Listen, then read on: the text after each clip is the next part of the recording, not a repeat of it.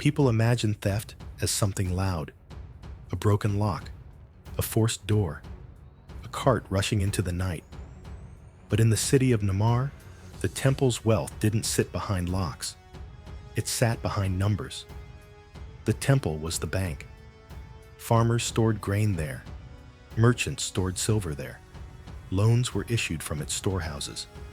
And every deposit, every repayment was written into clay. If the ledger said it was true, it was true. That trust lived in one man's hands, Ashur-ilu, the chief accountant. He wore no armor. He carried no blade. He carried a stylus. And he knew the hidden rule of power. Most people couldn't read totals. They recognized seals and stamps, but the columns of weights and balances were temple language. So Ashur-ilu didn't steal grain with strong arms. He stole ownership with tiny changes. It began during a chaotic season. A drought pushed people into the temple. Deposits surged. Loans doubled. Everyone wanted speed. Ashur-ilu offered efficiency. 2 layers of records, a daily tablet for each deposit, and a master ledger for official totals. A farmer deposited 10 sacks of barley. Daily tablet, 10. Master ledger, 9. 1 sack still sat in the temple. But on paper, it belonged to nobody. A week later, Ashur-ilu approved a temple loan of 1 sack to a merchant. The merchant signed, grateful, promising repayment with interest. Now the temple would earn repayment on something it never officially owned. Ashur-ilu stayed careful. Never too much from one person. Always small enough to look like rounding. Then he added a second trick, repayments. He marked loans cleared, but sometimes left a tiny remainder, a fraction that sounded harmless. Months later, the temple demanded it. Most people paid. Not because they understood the math, but because arguing felt dangerous. Ashur-ilu built wealth the quietest way possible, by making the ledger lie.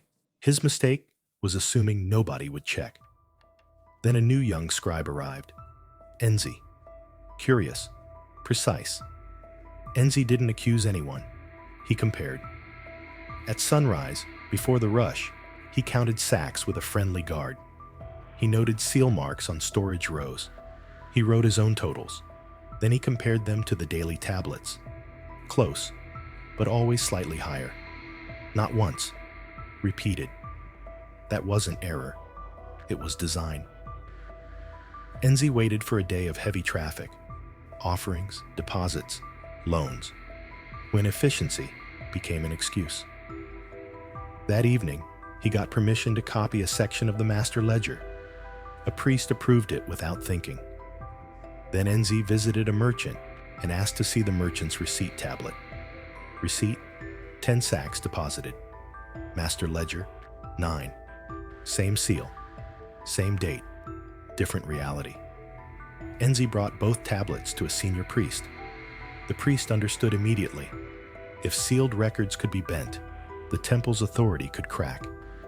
Ashur-ilu was confronted. He tried the accountant's last defense: complexity, adjustments, loss, rounding. But Enzi made it simple. 1 sack, he said.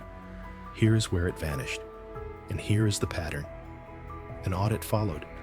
Sacks counted, receipts matched, silver weighed. The temple discovered the real horror of paper theft. The storehouse could look full, while ownership had been rewritten.